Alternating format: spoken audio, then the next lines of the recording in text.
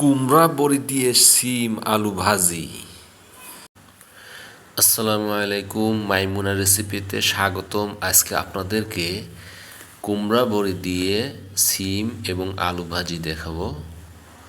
আমরা শিম এবং আলু কুচি কুচি করে কেটে নিলাম,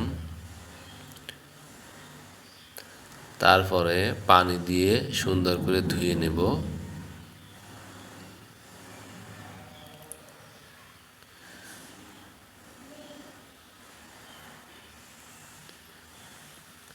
এরপরে আমরা পেঁয়াজ, কাঁচামরিচ এবং কিছু শুকনো মরিচ কুচি কুচি করে কেটে নিয়েছি। এখানে কুমড়া বড়ি দেখতে পাচ্ছেন, এটি উত্তর অঞ্চলের কুমড়া বড়ি, 3 পিস নিয়েছি। প্রথমে আমরা এটি একটু গরম তেলে নিয়ে নেড়ে নিলাম।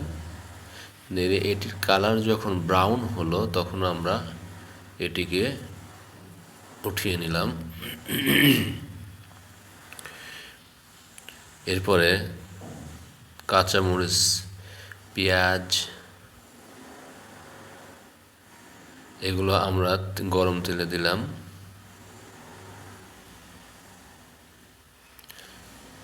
সামান্য পরিমাণে শুকনো মরিচ দিলাম।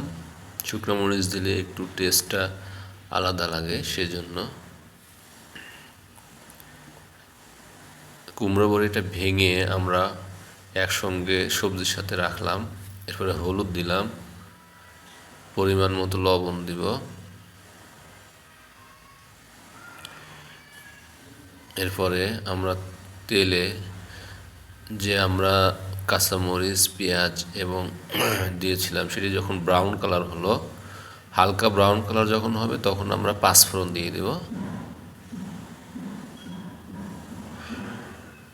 এরপরে যখন ব্রাউন কালার হয়ে যাবে তখন আমরা সবজিগুলো দিয়ে দেব।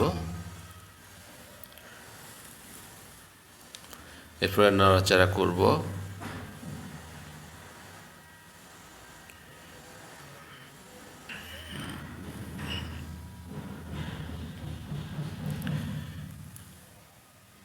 কিছু সময়ের জন্য ঢেকে রাখবো।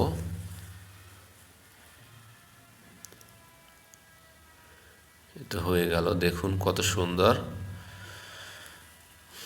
শিম আলু কুমড়ো বড়ি দিয়ে ভাজি। ভিডিওটি ভালো লেগে থাকলে অবশ্যই লাইক, কমেন্ট, শেয়ার করবেন এবং মাইমুনা রেসিপির নতুন নতুন রান্না দেখতে আপনারা অবশ্যই সাবস্ক্রাইব করবেন।